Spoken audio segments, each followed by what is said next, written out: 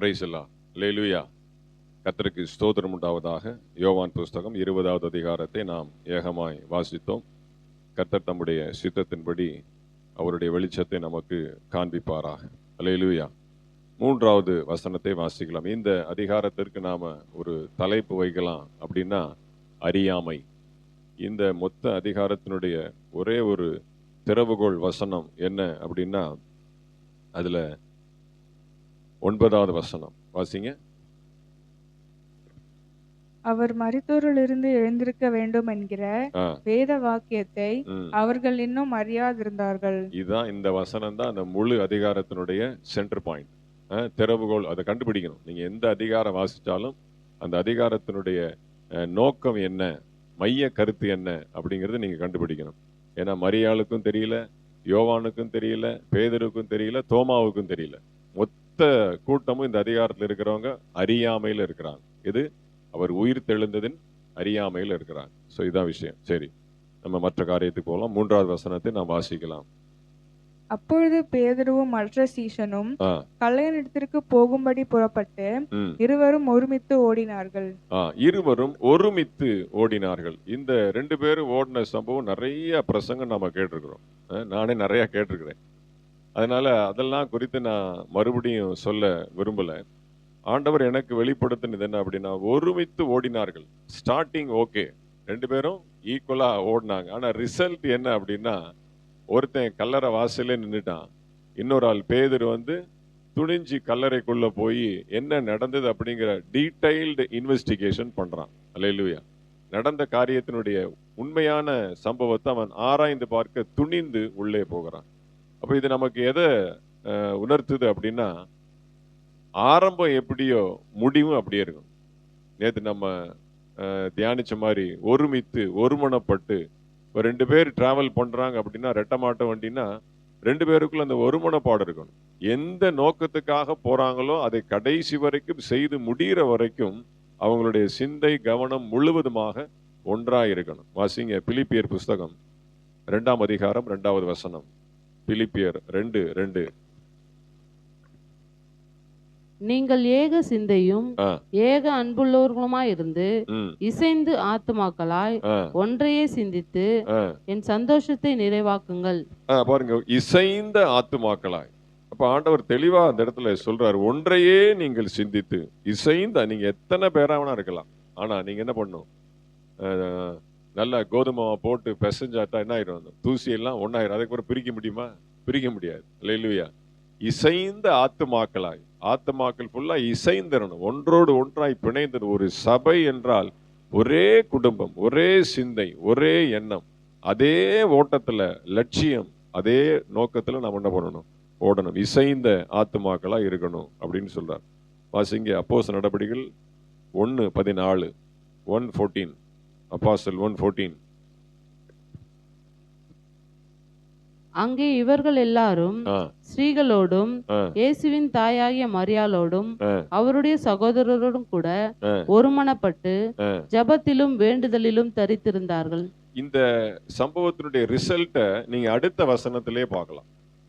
120 பேர் மேல் அறையில ஏறி என்ன பண்றாங்க, ஒருமனப்பட்டு ஜெபத்திலும் வேண்டுதலிலும் தரித்திருந்தாங்க. அப்ப அதுக்கு முன்னாடி அவங்களுக்கு எல்லாருக்கும் டிஃபரன்ஸ் ஆஃப் ஒப்பீனியன் இருக்கு. நிறைய பேருக்கு கருத்து வேறுபாடு இருக்கு. அவர் உயிர் தெழுந்துட்டாரு ஒருத்தன் சொல்றான், ஒருத்தன் களவாடிட்டு போயிட்டாருன்னு சொல்றாங்க.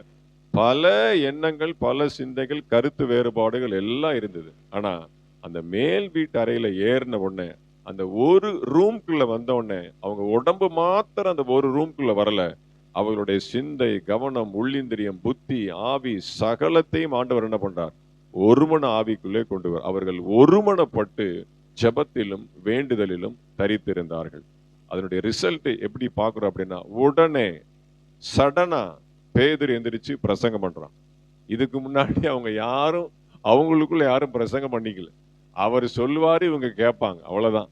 இவங்க யாரும் என்ன பண்ணல, தனியா எந்திரிச்சு ஒரு காரியத்தை உபதேசம் பண்ணவோ இல்ல கமாண்ட் பண்ணவோ லீட் பண்ணவோ இது வரைக்கும் யாருமே அந்த முயற்சி எடுத்ததே இல்லை.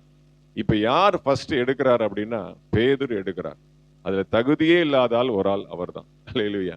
படிப்புலையும் தகுதி கிடையாது, அனுபவத்திலையும் தகுதி கிடையாது, எந்த விஷயத்திலும் ஆண்டவருக்கு பாத்தீங்கன்னா ஒரு சப்போர்ட்டா பேசினதே கிடையாது. எல்லாமே ஆப்போசிட்டா, நெகட்டிவா, மறுதளித்து, அவரை எதிர்த்து பேசி, அவரோட சண்டை போட்டு, அவசரப்பட்டு கடல்ல குதிச்சு அப்புறம் தூக்கி எடுத்து என்னென்ன குளறுபடி பண்ணணுமோ எல்லாம் பண்ண ஒரே நபர் பேதுரு தான். அப்படி இருந்தும் பேதுரு எழுந்து பேசும் பொழுது ஒருத்தர் கூட அவனுக்கு விரோதமாய் பேசல. அதான் அந்த ஒருமன ஆவி. அவர் ஏதோ பேசுகிறார், ஆண்டவர் அவரை எழுப்பி இருக்கிறார். அப்ப ட்ரைனிங், அந்த 10 நாள் அவங்க எடுத்துட்டு, இன்னும் பரிசுத்த ஆவியானவர் ஊற்றப்படல. 50வது நாள் தான் ஊற்றப்பட போகுது. பெந்தெகோஸ்தே நாள் இனிமேதான் வரப்போகுது. ஆனால் அதற்கு முன்னமே ஒருமனப்பட்டு ஜெபத்திலும் வேண்டுதலும் தரித்திருக்கும் பொழுது பேதுரு எழுந்த உடனே யாரும் விரல் நீட்டி ஒரு வார்த்தை கூட பேசல. உனக்கு என்ன தகுதி இருக்கு, உட்கார். நீ எங்களுக்கு உபதேசம் பண்ணுவதற்கு, இன்னொரு வேக்கன்சியை ஃபில் பண்றதுக்கு, அறிவிப்பு கொடுப்பதற்கு, அனௌன்ஸ்மெண்ட் பண்ணுவதற்கு உனக்கு என்ன தகுதி? நீயே ஓடி போனவன், நீயே எங்களெல்லாம் என்ன பண்ண, பின்மாற்றத்தில் நடத்தின, உனக்கு என்ன தகுதி இருக்குன்னு சொல்லி ஒருவரும் என்ன பண்ணல, பேசல. அல்லேலூயா. அதுக்கு என்ன காரணம் அப்படின்னா, ஒருமன ஆவி, இசைந்த ஆத்துமாக்களாய் ஒன்றையே சிந்தித்து அவங்க என்ன பண்ணாங்க, இனி ஆண்டவருடைய ஊழியத்தை நாம கடைசி வரைக்கும், இறுதி மூச்சு இருக்க வரைக்கும் நாம் ஜெயத்தோடு செய்து முடிக்கணும் அப்படிங்கிற ஒரு நல்ல தீர்மானம். அல்லேலூயா. வாசிங்க 20வது அதிகாரம் 15-16. யோவான் 20:15-16. அல்லேலூயா. இயேசு அவளை நோக்கி மரியாளே என்றார். அவள் திரும்பி பார்த்து ரபூனி என்றாள். அதற்கு போதகரே என்று அர்த்தமாம். இயேசு அவளை நோக்கி, வாசிங்க 15-16. இயேசு அவளை பார்த்து, ஸ்திரீயே, ஏன் அழுகிறாய்? யாரை தேடுகிறாய் என்றார். அவள் அவரை தோட்டக்காரர் என்று எண்ணி, ஐயா, நீர் அவரை எடுத்துக்கொண்டு போனதுண்டானால் அவரை வைத்த இடத்தை எனக்கு சொல்லும், நான் போய் அவரை எடுத்துக்கொள்ளுவேன் என்றாள். இயேசு அவளை நோக்கி மரியாளே என்றார். அவர் திரும்பி பார்த்து ரபூனி என்றாள். அதற்கு போதகரே என்று அர்த்தமாம். இப்ப இந்த 2 வசனத்துல நமக்கு என்ன வித்தியாசம் தெரியுது? 2 வசனத்திலையும் ஆண்டவர் மரியாளோடு கூட பேசுகிறார். அல்லேலூயா. The first calling is women, ஸ்திரீயே அப்படின்னு ஆரம்பிக்கிறார். ஆனா 2வது காலிங் இட்ஸ் வெரி ஸ்பெசிபிக், மரியாளே. முதல் அழைப்பு ஸ்திரீயே அப்படின்னு அழைக்கிறார். 2வது அழைப்பு ஸ்பெசிபிக்கா, there is a direct encounter, மரியாளே அப்படிங்கிறார். அப்ப 2க்கும் உள்ள வித்தியாசம் என்ன அப்படின்னா, முதல்ல ஸ்திரீயே அப்படின்னு சொன்ன உடனே டோட்டலா அவளுக்கு என்ன தெரியல, வந்திருக்குது ஏசுன்னு தெரியல. என்ன நினைச்சிட்டா, தோட்டக்காரன் நினைச்சுக்கிட்டா. அல்லேலூயா. தோட்டக்கார ஐயா, ஏசுநாதர் டெட் பாடியை காணோம், நீங்க எங்கேயாவது தூக்கி வச்சிருந்தா கொடுங்க. அது என்னமோ சொம்போ டம்ளார மாதிரி, நீங்க எங்கேயாவது எடுத்து வச்சிருந்தா கொடுங்க, நான் போய் அடக்கம் பண்ணணும். அறியாமை. அல்லேலூயா. முதல் அழைப்புல அறியாமை. 2வது அழைப்புல ஏசு சரி பார்த்துக்கிட்டாரு, இவளுக்கு நம்ம ஸ்பெசிபிக்கா பேசினாதான் தெரியும், நம்மளை யாருன்னு அடையாளம் கண்டுபிடிக்கல அப்படின்னு உடனே பெயரை சொல்லி அழைக்கும் பொழுது, அல்லேலூயா, பெயரை சொல்லி மரியாளே என்று அழைக்கும் போது அடுத்த செகண்ட் இம்மீடியட் ரபுனி, போதகரே. பாருங்க, அதுதான் பெயர் சொல்லி அழைக்கிற தேவன் நம்முடைய ஆண்டவர். நான் ரட்சிக்கப்பட்ட புதுசு, ஞானஸ்தானம் எடுத்துட்டேன்னா எனக்கு சரியா ஞாபகம் இல்லை. ரட்சிக்கப்பட்ட புதுசு ஒரு மாசம் 2 மாசத்துக்குள்ளதான் இருக்கும். அப்போ நான் ஆஃபீஸ்ல இருந்து ரொம்ப வேதனையோட, ரொம்ப பயங்கர போராட்டம், பிரச்சனை, வேதனையோட கிளம்பி போறேன். போகும்போது மதுரை அரசரடி கிரவுண்ட்ல வந்து பெர்க்மான் செய்யா மீட்டிங் அப்படின்னு சொல்லி நோட்டீஸ் பார்த்தேன். அப்போ அந்த மீட்டிங் சரி போய் உட்காரலாம், வீட்டுக்கு போய் நம்ம என்ன பண்ண போறோம் அப்படின்ட்டு நான் அந்த மீட்டிங்ல போய் ஃபர்ஸ்ட் இது அந்த மாதிரி நம்ம மீட்டிங்லாம் போய் பழக்கம் இல்லை, நமக்கு அதை பற்றி தெரியவும் தெரியாது. சரின்ட்டு நான் அந்த T50 எடுத்துட்டு லாஸ்ட் அந்த கிரவுண்ட்லேயே லாஸ்ட்ல வண்டி அப்படி ஓரமா நிப்பாட்டு அப்படியே மரத்தடியில அப்படியே சாஞ்சிட்டு அப்படியே அழுதுகிட்டே உட்கார்ந்துருக்கிறேன். அவர் வர்றதுக்கும் லேட்டு, ரொம்ப லேட் ஆயிடுச்சு. இவங்களும் பாடுறாங்க, ஆள் வரவே இல்லை. கிட்டத்தட்ட ஒரு 7:45 8 மணிக்கு மேலதான் வந்து சேர்ந்தார். வந்து அவருக்கு ஒரு பொன்னாடை போத்துனாங்க, அதெல்லாம் அப்படியே உதறி விட்டார். அதெல்லாம் வேண்டாம் அப்படின்னு உதறி விட்டு மைக்கை எடுத்தார். மைக்கை எடுத்து முதல்ல, கணேஷ் நீ ஏன் அழுகிறாய், கணேஷ் நீ அழுகாதே, கர்த்தர் உன் கண்ணீரை பார்க்கிறார் அப்படிங்கிற. என் பேர் கணேஷ். அல்லேலூயா. கணேஷ் எனக்கு அப்படியே தூக்கி வாரி போட்டுருச்சு. அல்லேலூயா. எப்படி எனக்கு அப்பதான் பாருங்க, விசுவாசிக்கும்படியாக ஒரு குழந்தை, புதிதாய் பிறந்த குழந்தையை அவர் ஆண்டவர் பார்க்கிறார். அல்லேலூயா. அவர் எவ்வளவு பெரிய ஊழியக்காரர், கிட்டத்தட்ட 1000கணக்கான பேர் உட்கார்ந்துருக்கிறாங்க. நான் கடைசியில மரத்தடியில அழுதுகிட்டு உட்கார்ந்துருக்கிறேன். இன்னைக்கு நினைச்சா எனக்கு கண்ணீர் வரும். கணேசா நீ அழுகாதே, கர்த்தர் உன் கண்ணீரை பார்க்கிறார், தைரியம். முதல் ஜெபம் இல்லை, எதுவுமே இல்லை. மைக்க வாங்கின உடனே முதல் சத்தம் பெயர் சொல்லி அழைத்தார். அல்லேலூயா. எனக்கு அப்படியே தூக்கி வாரி போட்டுச்சு. அதுக்கப்புறம் தான் அந்த விசுவாசத்துல வளரக்கூடிய அந்த ஒரு அஸ்திவாரத்தை ஆண்டவர் போட்டார். அப்போ ஆண்டவர் மரியாளே என்று சொல்லி பெயர் சொல்லி அழைக்கும் போது பாருங்க, அதுல அவளுக்கு ஒரு மிகப்பெரிய ஒரு அடையாளம் அவளுக்கு கிடைக்குது. இன்னொன்னு நாம பார்க்கணும், நிறைய பேருக்கு ஆண்டவர் 2 முறை என்டர் ஆயிருக்கிறார்.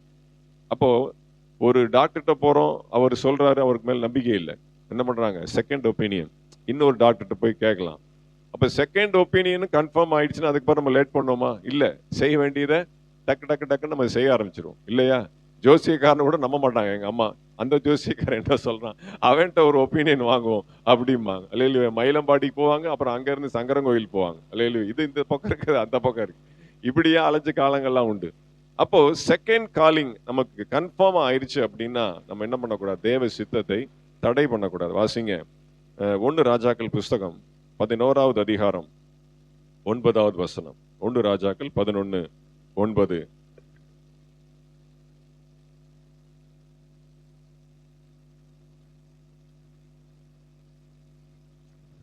ராஜாக்கள் 11:9.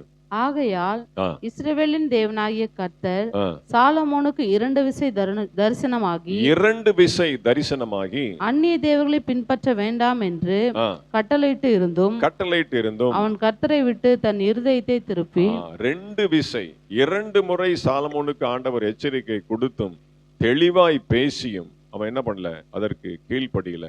அதுக்கப்புறம் அவனுடைய சரித்திரம் எல்லாருக்கும் தெரிந்ததே. அல்லேலூயா. அடுத்து நியாயாதிபதிகள் புஸ்தகம் 6வது அதிகாரம் 39. நியாயாதிபதிகள் 6:39.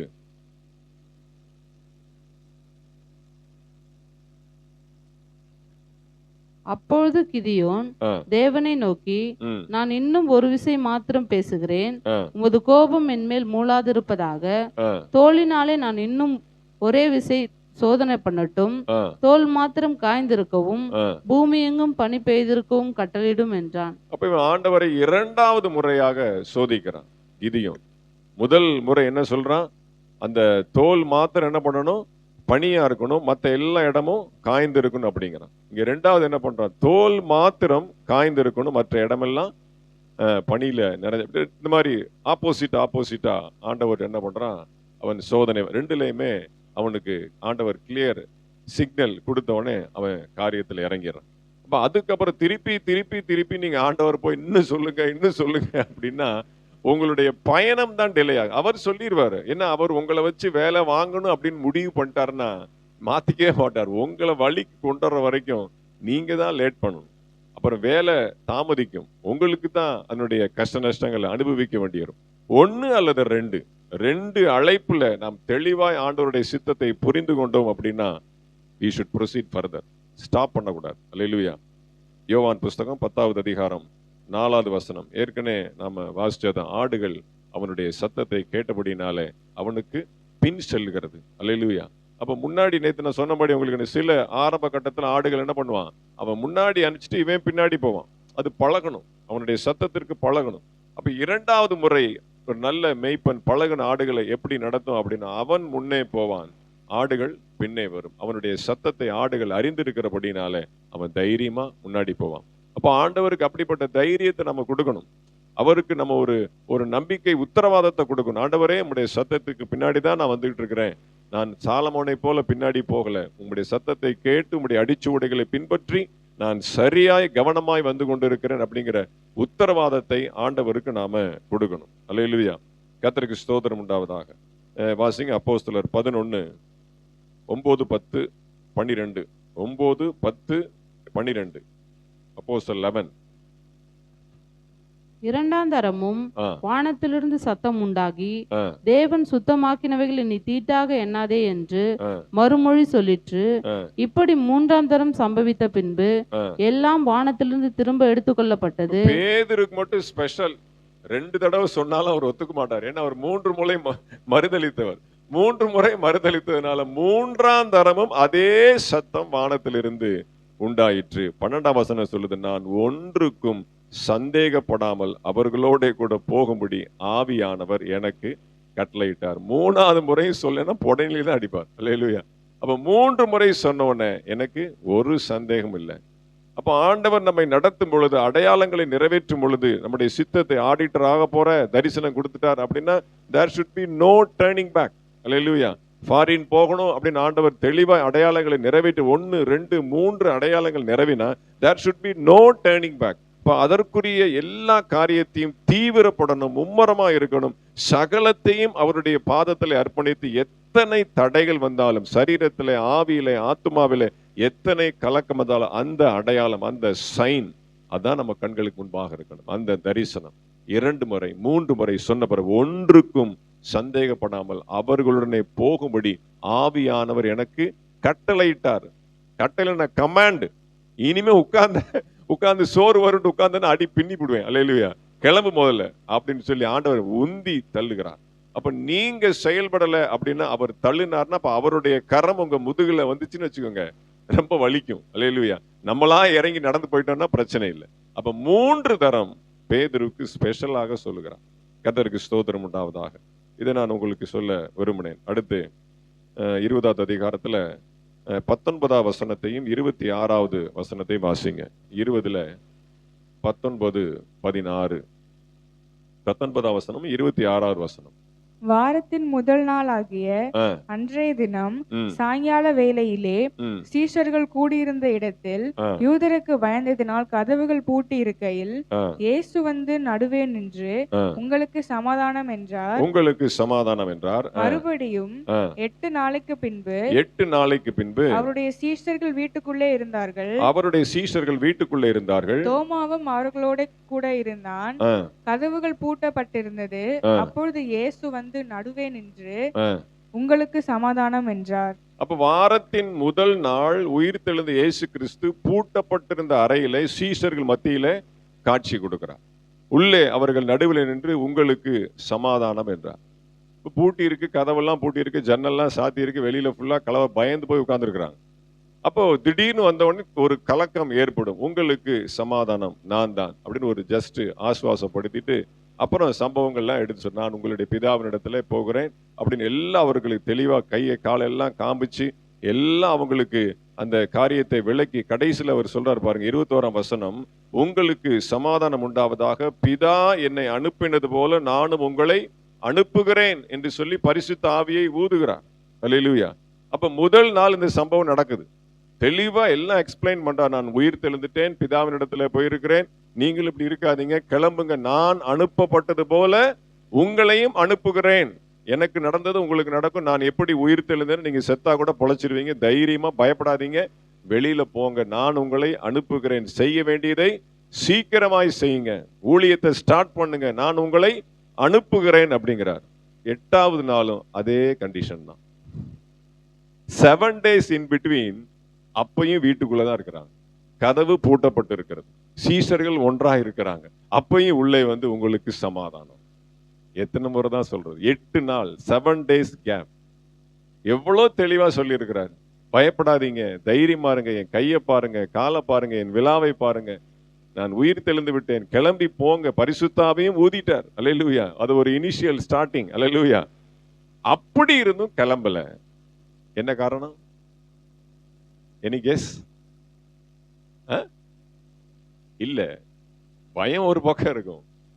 ஏன் அப்படின்னா, தோமா முதல்ல வரும்போது இல்ல, அவன் வெளியில இருக்கிறான், மத்த எல்லாரும் உள்ள இருக்கிறாங்க.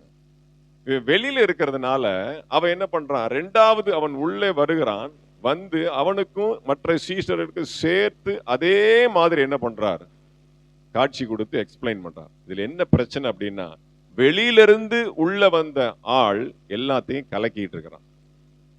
ஒரு ஆள் என்ன பண்றான், இல்ல இன்னும் வெளியில கலவரம் கொதிச்சுக்கிட்டு தான் இருக்கு, இன்னும் போட்டு பஸ்ஸை எரிச்சிட்டு இருக்கிறாங்க, ட்ரெயினை கொளுத்திட்டு இருக்கிறாங்க, இனி யாரை வெட்டலாம், யாரை அரெஸ்ட் பண்ணலான்னு அப்படியே சுத்தி திருந்திட்டு இருக்கிறாங்க, நம்ம வெளியில போக கூடாது, அவருடைய விரல்ல இருக்கிற அந்த துவாரத்துல அந்த துளையில என்னுடைய விரலை போட்டால் ஒழிய நான் விசுவாசிக்க மாட்டேன். ஆமாப்பா, அவன் சொல்றதும் கரெக்ட் தான்.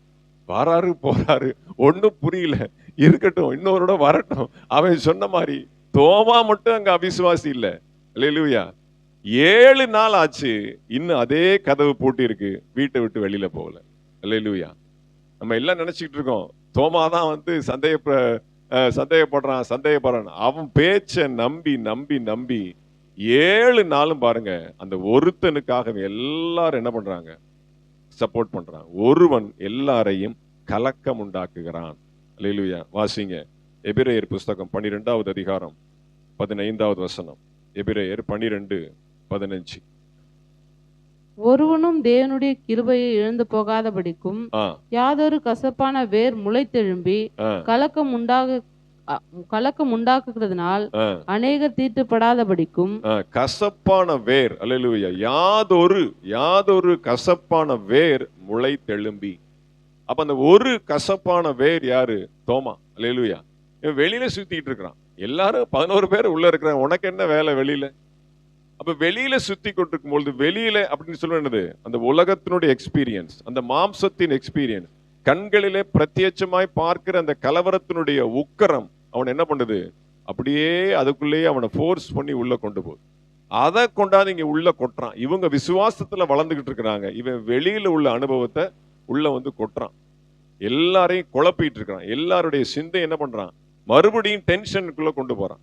அந்த கசப்பான வேர் முளைத்து எழும்பி கிளம்ப என்ன பண்ண முடியாது, முன்னேறவே முடியாது. அப்ப சபை அப்படின்னா ஒருத்தர் ஏதாவது ஒரு அவிசுவாசமா பேசுறாங்க, யாராவது ஒருத்தர் ஒரு ரொம்ப ஒரு பின்மாற்றமா பேசுறாங்க, கொஞ்சம் கலக்கமா கொஞ்சம் பலவீனமா பேசுறாங்கன்னா உடனே அவங்கள சரி பண்ணி அவங்களை என்ன பண்ணணும்? அப்படியே அரவணைச்சு விசுவாசத்துக்குள்ள தட்டி கொண்டு வரணும். அல்லேலூயா. அப்ப அந்த காரியம் ரொம்ப முக்கியமானது. கர்த்தருக்கு ஸ்தோத்திரம் உண்டாவதாக. வாசிங்க 2 ராஜாக்கள் 4:39. 2 ராஜாக்கள் 4:39. ஒருவன் கீரைகளை பறிக்க வெளியிலே போய் ஒரு பேய் கொமட்டி கொடியை கண்டு அதன் காய்கள் மடி நிறைய அறிந்து வந்து அவைகளை அறிந்து கூழ்பானையிலே போட்டான். அது இன்னதென்று அவர்களுக்கு தெரியாதிருந்தது. பாருங்க, ஒருவன் வெளியில போய் கீரையை தான் பறிக்கிறோம் அப்படின்னு நினைச்சு என்ன பண்ணிட்டான்? பேய் கொமட்டி காயும் பறிச்சு, அதுவும் பார்க்க நல்லா இருக்கு, அரிச்சு போட்டா இன்னும் ரொம்ப டேஸ்டா இருக்கும் அப்படின்னு போட்டான். உள்ள போட்டோன்னே ஒருத்தர் அந்த கூழை சாப்பிட முடியாம அது விஷமாக மாறிற்று. ஒரு வேர், ஒரு கசப்பான வேர் முளை தெழும்பி எல்லாரையும் கலக்கம் உண்டாயிற்று. அல்லேலூயா. அப்ப ரொம்ப ஜாக்கிரதையா இருக்கணும். அப்ப ஒரு நபர் சொல்றதை வச்சு எவ்வளவு பேர் மெஜாரிட்டி இருக்கிறாங்க, அதெல்லாம் பெருசு இல்ல. ஒரு ஆள் சொன்னா போதும், கலங்கிடுவான். அல்லேலூயா. 2 பேர் தூதர்களை, வேவுக்காரங்களை அனுப்புனா மோசே, அவங்க சொன்னதை நம்பல. மெஜாரிட்டி பார்த்தா எல்லாம் போகக்கூடாது, அவங்களாம் ராட்சசர். உடனே எல்லாரும் டைல்யூட் ஆயிட்டு. எப்படி இருந்தாலும் சரி, தேவ சித்தம் என்ன, தேவனுடைய அடையாளம் என்ன, அவர் தெளிவாய் நம்மோட பேசி இருக்கிறாரு. இன்னும் ஏன் தாமதம்? புறப்பட்டு போயிட்டே இருக்கணும். அல்லேலூயா. யார் சொன்னாலும் நிக்க கூடாது. கர்த்தருக்கு மகிமை உண்டாவதா. வாசிங்க 23வது வசனத்தை வாசிங்க. யோவான் 20:23.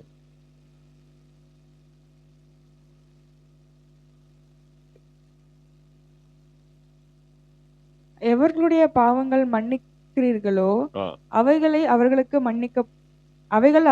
மன்னிக்கப்படும். எவர்களுடைய பாவங்களை மன்னியாதிருக்கிறீர்களோ அவைகள் அவர்களுக்கு மன்னிக்கப்படாதிருக்கும் என்றார். இப்ப நம்ம பாவங்களை மன்னிக்கலாமா? அவர் தான் சொல்லிட்டாரு, நீங்க யாரை மன்னிக்கிறீங்களோ அவங்க பாவம் எல்லாம் மன்னிக்கப்பட்டுரும். அல்லேலூயா. இது சரியா? பாவங்களை மன்னிக்கிற அதிகாரம் மனுஷகுமாரனுக்கு தான் இருக்கு. நமக்கு என்ன கொடுத்திருக்கிறார் அப்படின்னா, வாசிங்க யாத்திராகமத்தின் புஸ்தகம் 32வது அதிகாரம் 11-13 வரைக்கும் வாசிங்க. யாத்திராகமம் 32:11-13. மோசே தன் தேவனாகிய கர்த்தரை நோக்கி, கர்த்தாவே, தேவரீர் மகாபலத்தினாலும் வல்லமையுள்ள கையினாலும் எகிப்து தேசத்திலிருந்து புறப்பட பண்ணின உம்முடைய ஜனங்களுக்கு விரோதமாக உம்முடைய கோபம் பற்றி எறிவதென்ன? மலைகள் அவர்களை கொன்று போடவும் பூமியின் மேல் இராதபடிக்கு அவர்களை நிர்மூலமாக்கவும் அவர்களுக்கு தீங்கு செய்யும் பொருட்டே அவர்களை புறப்பட பண்ணினார் என்று எகிப்தியர் சொல்லுவானேன்? உம்முடைய கோபத்தின் உக்கிரத்தை விட்டு திரும்பி உமது ஜனங்களுக்கு தீங்கு செய்யாதபடிக்கு அவர்கள் மேல் பரிதாபம் கொள்ளும். உமது தாசராகிய ஆபிரகாமையும் ஈசாக்கையும் இஸ்ரவேலரையும் நிலைத்தருளும். உங்கள் சந்ததியை வானத்து நட்சத்திரங்களைப் போல பெருக பண்ணி நான் சொன்ன இந்த தேசம் முழுவதையும் உங்கள் சந்ததியார் என்னென்றைக்கும் சுதந்திரித்துக் கொள்ளும்படிக்கு அவர்களுக்கு கொடுப்பேன் என்று உம்மை கொண்டே அவர்களுக்கு ஆணையிட்டு சொன்னீரே என்று கெஞ்சி பிரார்த்தித்தான். இதைத்தான் நாம செய்யணும். அல்லேலூயா. ஜெபத்திலே மன்றாடணும். ஜெபத்திலே ஆண்டவர் ஜனங்களுடைய பாவங்களை மன்னிக்கும்படியாக பரிதபித்து கண்ணீர் வடித்து கதறி அழுது போராடி நாம் ஜெபிக்கும் பொழுது ஆண்டவர் அவர்களுடைய பாவங்களை மன்னிப்பார். நீங்கள் எவர்களை ஆசீர்வதிக்கிறீர்களோ அவர்கள் ஆசீர்வதிக்கப்படுவார்கள். அது சத்தியம். உங்களுக்குள்ளே எல்லாம் ஆசீர்வதிக்கப்படும். ஆபிரகாமுக்கு கொடுத்த ஆசீர்வாதம், ஆபிரகாமுடைய பிள்ளைகள் எல்லாரும் ஆசீர்வதிக்கப்படும். விசுவாச மார்க்கத்தார் ஆபிரகாமோட கூட ஆசீர்வதிக்கப்படுகிறார்கள். அல்ல, நீங்கள் எவர்களை சபிக்கிறீர்களோ அவர்களுக்கு அது நடக்கும். அதெல்லாம் நடந்திருக்கு. சில பாஸ்டருங்க வயிறு கொதிச்சதா சொல்லிட்டாங்கன்னா அப்படியே நடந்துடும். அப்ப பாவங்களை மன்னிக்கிறதற்கு ஆண்டவர் சொல்றார் அப்படின்னாலும் எனக்கு அதுல உடன்பாடு இல்லை. அதுக்கு ஆண்டவருக்கு விரோதமானு கிடையாது. நமக்கு அப்படிப்பட்ட அதிகாரம் கொடுக்கப்படலை. நாம் ஜெபத்திலே மன்றாடும் பொழுது கதறி அழுதும் போது நம்முடைய ஜெபத்தை கேட்டு நம்முடைய முகத்தை பார்த்து அவர்களை ஆண்டவர் மன்னிப்பார். முதல்ல நாம மன்னிக்கணும். முதல்ல நாமளே மன்னிக்க மாட்டோமே, அப்புறம் அவர் எங்க மன்னிக்கிறது? நமக்கே டென்ஷன் ஆகும் செய்கிற பிரச்சனை எல்லாம் பார்த்தா. அப்ப நாம முதல்ல மன்னிக்கணும். நாம ஆண்டவர்கிட்ட பரிதபிக்கணும், மன்றாடணும், கெஞ்சி பிரார்த்தனை பண்ணணும். அதுக்கப்புறம் நம்முடைய முகத்தை பார்த்து ஆண்டவர் ஜனங்களை மன்னிப்பார். அல்லேலூயா. அப்ப பாவம் மன்னிக்கிற அதிகாரம் கிறிஸ்து இயேசுவுக்கு மட்டும்தான் உண்டு. நாம் பாவத்தை மன்னிக்க பரிந்து பேசி ஜெபிக்கலாம். கண்களை மூடி நாம் ஜெபம் பண்ணோம்.